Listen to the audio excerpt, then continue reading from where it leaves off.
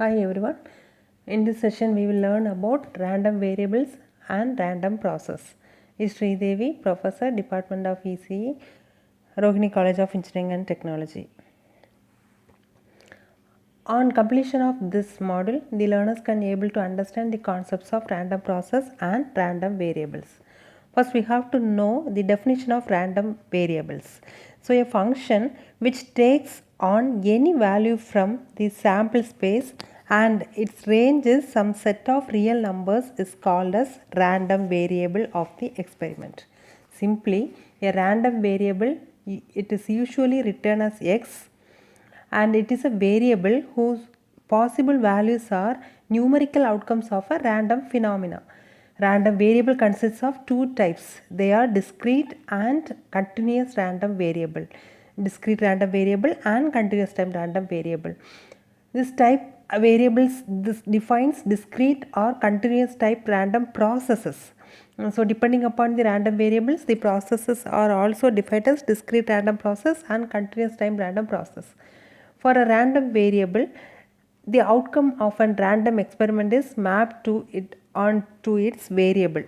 For example, a number should map its another number. That is, a random variable is not random since it takes the values from the well-defined sample space. So, it is not variable since it has fixed value when it occurs.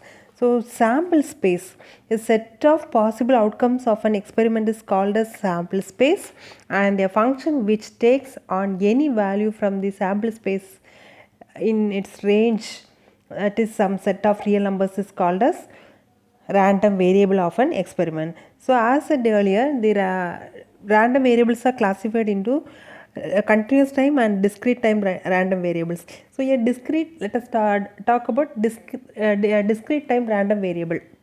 A discrete time random variable, so it is a variable in it's one which may take on only one countable number of distinct values.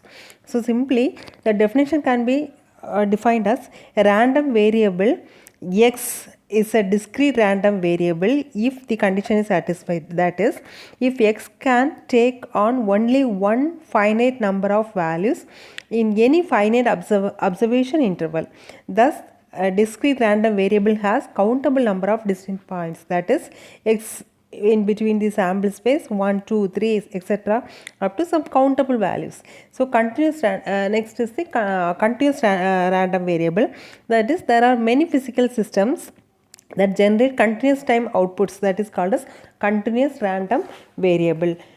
So after getting the knowledge of a discrete time and continuous time random variable, we have to know the probability distribution function. So probability distribution function of a discrete time random variable is a list of probabilities associated with each of its possible values. So probability PDF is the definition, that is probability derivative of cumulative distributive function with respect to some dummy variable is called as probability density or probability distributive function. So PDF can be classified for discrete time random variable, and for continuous time random variable can also be written as, for discrete it is P of x is equal to xi equal to pi, and for continuous time random variable fx of x is equal to d by dx of f of x. So properties of distribution function. So first property is a random variable in between a and b. It can be defined as P of a less than x less than or equal to b is equal to f of p minus f of a, where f of x is equal to p of x less than or equal to x. Property 2 states that when random variable x in between a and b, P of a in between x less than or equal to b is equal to P of x is equal to a plus f of b minus f of a. Then property 3 states that x in between a and b, P of a less than x less than or equal to b minus P of x is equal to b, that is equal to f of b minus f of a minus P of x is equal to b. These are the properties of probability distribution function. Then continuous time random variable, it is an variable which takes all possible values in the given interval and also it produces a continuous output that is called as continuous time random variable. We can tell the example as age, height, weight or continuous time random variables. So we have to know about the random process. We already know about what is random variable. Now random process, random variable is if already we know that random variable is a function of the possible outcomes of the experiment, but it does not include the concept of time. So in case of random process, we have to include or we have to consider the time.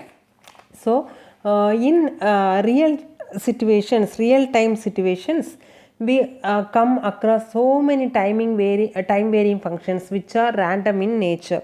So definition of random process can be stated as a random process, or otherwise it is called as stochastic process. It's an ensemble or sample space. Such sample space consists of sample points whose outcome is a random function of time. We can differentiate random variable and random process like this. That is, random variable is a set of numbers and random process is a waveform. And random variable is need not be a function of time, but compulsory random process is a function of time. And random variables are not further classified, but random process is classified as stationary random process or ergodic random process. Finally, and random variable are only ensemble averages can be calculated, but in random process ensemble averages and also time averages both are calculated. So this is the concept of random variable and random process. So we have the difference between random variable and random process. Simply it is random process can be classified as random variable, and if time t is included, it is again further classified as discrete time and continuous time random variable. If time is included, it is also again classified as discrete time and continuous time random variables, and continuous time random variable produces the output as continuous form. So we have the quiz question based upon random process, that is, which method is better and efficient? Vector quantization, scalar quantization, vector and scalar quantization, and none of the above. So we have to know that the vector quantization is always better, that is, it is equal or exceed the performance of scalar quantization. So always vector quantization is better. So hope you all understood this session. Thank you for watching.